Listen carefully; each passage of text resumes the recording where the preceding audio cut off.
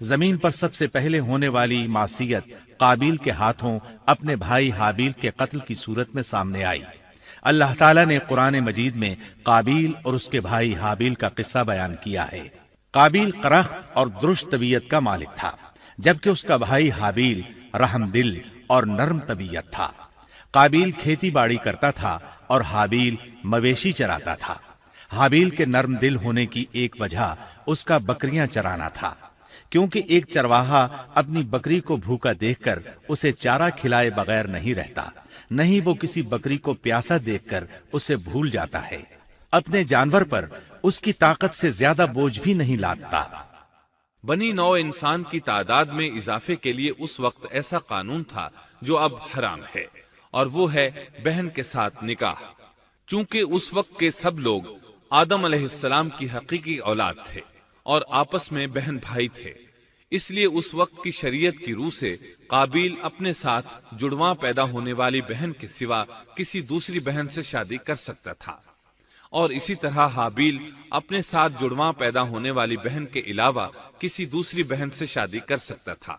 اس کی صورت یہ تھی کہ قابیل کی شادی حابیل کی بہن سے ہو اور حابیل کی شادی قابیل کی بہن سے ہو، لیکن ہوا یہ کہ حابیل کی بہن خوبصورتی میں قابیل کی بہن سے کم تھی، اس لیے قابیل نے حابیل کی بہن سے شادی کرنے سے انکار کر دیا اور اپنی جڑواں بہن سے شادی کی خواہش ظاہر کی، لیکن ایسا کرنا آدم علیہ السلام کی شریعت میں حرام تھا۔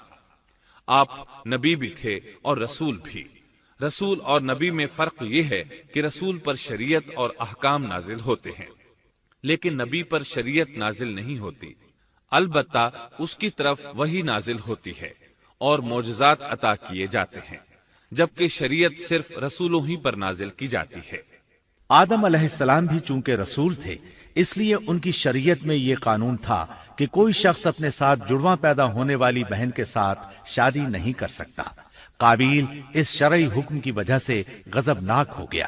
اس نے تعجب کا اظہار کرتے ہوئے اس قانون کو ماننے سے انکار کر دیا۔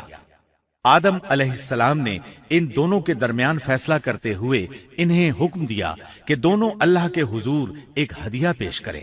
ہدیہ اس جانور کو کہتے ہیں جسے اللہ کے نام پر ذبح کر کے فقراء میں تقسیم کر دیا جائے۔ اس سے مقصود اللہ کے لیے اپنی نیت کو خالص کرنا ہوتا ہے۔ اس عمل کو قربانی کہا جاتا ہے۔ آدم علیہ السلام کے زمانے میں قربانی کا جو قانون تھا اس کے قبول ہونے کی نشانی طے تھی، اور وہ یہ کہ آسمان سے ایک آگ نمودار ہوتی اور اس قربانی کو جلا دیتی۔ اس کا مطلب تھا قربانی قبول ہو چکی ہے، اور اگر آگ قربانی کو نہ جلاتی تو سمجھ لیا جاتا کہ قربانی قبول نہیں ہوئی۔ آخر قربانی کا دن آ پہنچا۔ حابیل نے اپنے مویشیوں میں سے ایک بہترین جانور لیا اور قربان گاہ میں لا کر اللہ کے حضور پیش کر دیا۔ دوسری طرف قابیل نے اپنی کھیتی کے غلے میں سے ردی قسم کا غلہ قربانی کے لیے پیش کیا۔ دوسرے دن دونوں قربان گاہ پہنچے تو انہوں نے دیکھا کہ حابیل کی قربانی قبول ہو چکی ہے، جبکہ قابیل کی قربانی کو آگ نے چھوا تک نہیں تھا۔ یہ دیکھ کر قابیل حابیل پر غضبناک ہوا۔ شیطان نے بھی اسے وسوسے میں مبتلا کیا کہ اپنے بھائی کو قتل کر دے۔ اس نے اپنے بھائی حابیل کو جان سے مار ڈالنے کا پختہ ارادہ کر لیا۔ اس وقت تک روئے زمین پر کوئی انسان قتل نہیں ہوا تھا۔ انسانی تاریخ میں یہ پہلا قتل ہے جس کا ارتکاب قابیل نے کیا۔ وہ اپنے بھائی حابیل کے پاس گیا اور اس سے بولا، میں تجھے قتل کر دوں گا۔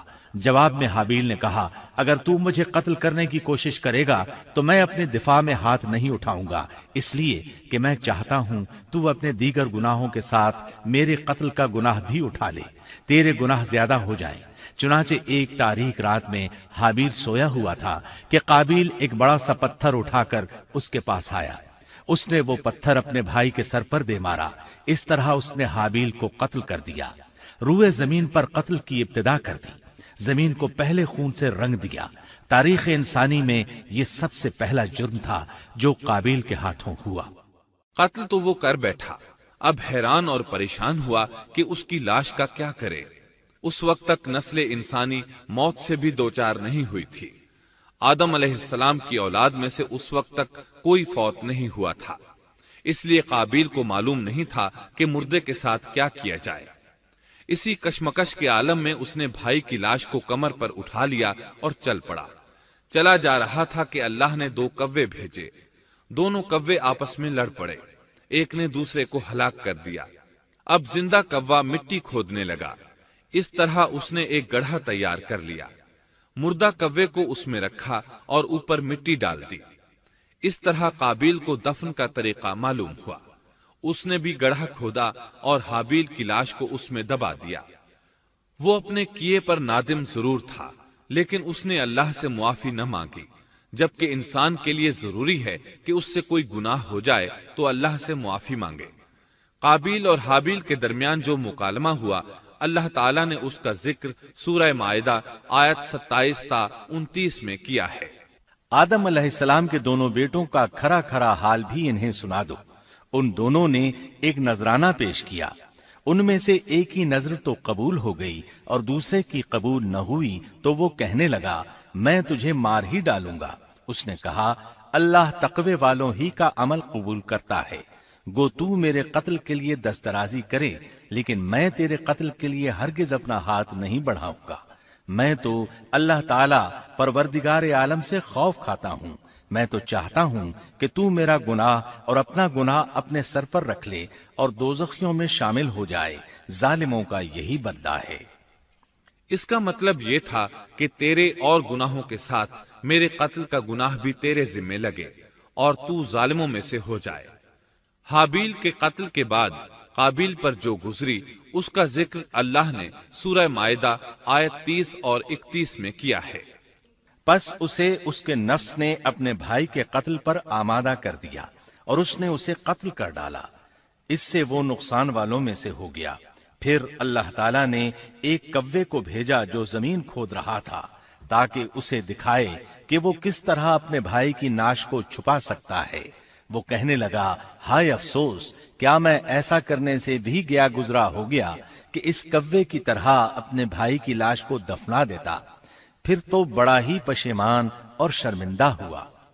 امام احمد، ترمذی اور ابو داود نے سیدنا سعد بن ابی وقاص رضی اللہ عنہ سے روایت کی ہے کہ انہوں نے سیدنا عثمان رضی اللہ عنہ کی شہادت کے فتنے کے وقت فرمایا، میں گواہی دیتا ہوں کہ رسول اکرم صلی اللہ علیہ وسلم نے فرمایا تھا، ایک بہت بڑا فتنہ رونما ہوگا، اس میں بیٹھنے والا کھڑے ہونے والے سے بہتر ہوگا اور کھڑا ہونے والا چلنے والے سے بہتر ہوگا اور چلنے والا دوڑنے والے سے بہتر ہوگا۔ کسی نے کہا اگر کوئی میرے گھر میں داخل ہو کر میری طرف ہاتھ بڑھائے تاکہ وہ مجھے قتل کر دے تو آپ صلی اللہ علیہ وسلم نے فرمایا تو آدم علیہ السلام کے بیٹے کی طرح قتل ہو جا، یعنی اس فتنے میں قتل ہو جانا، حابیل کی سنت پر عمل کرتے ہوئے خود ہاتھ نہ اٹھانا، قاتل کہلانے کی بجائے مقتول ہونے کو پسند کرنا۔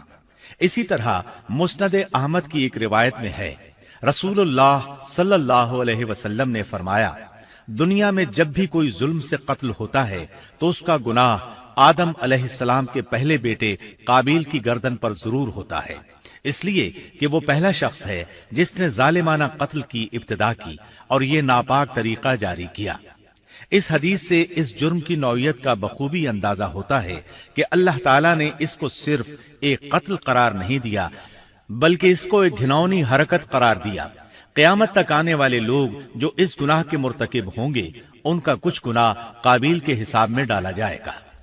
حابیل کو قتل کرنے کے بعد قابیل نے اپنی بیوی کو ساتھ لیا اور دور دراز نرم زمین کے پاس جا کر رہائش پذیر ہو گیا اور آدم علیہ السلام کے سامنے تک نہ ہوا۔ آدم علیہ السلام پہاڑوں کے قریب ایک بستی میں رہ رہے تھے، یہ ان سے بہت دور جا بسا تھا۔ اس طرح قابیل کا آدم علیہ السلام سے رابطہ بالکل ختم ہو گیا اور اس سے ایک نئی نسل کی ابتدا ہوئی۔ فحاشی اور اریانی کو ان کے ہاں عروج حاصل تھا۔ عبادت یہ لوگ اگرچہ اللہ ہی کی کرتے تھے، لیکن آدم علیہ السلام کی شریعت کے خلاف بے حیائی کے دل دادا تھے۔ تقوی کی قلت، احکام الہی کی نافرمانی اور فحاشی کا فروغ ان کے شب و روز کا معمول تھا۔ اس کے بعد لوگ دو گروہوں میں تقسیم ہو گئے، شریر اور برے لوگ قابیل کے ساتھ مل گئے اور آدم علیہ السلام کے دیگر بیٹے اور نیک لوگ آدم علیہ السلام کے ساتھ مل گئے۔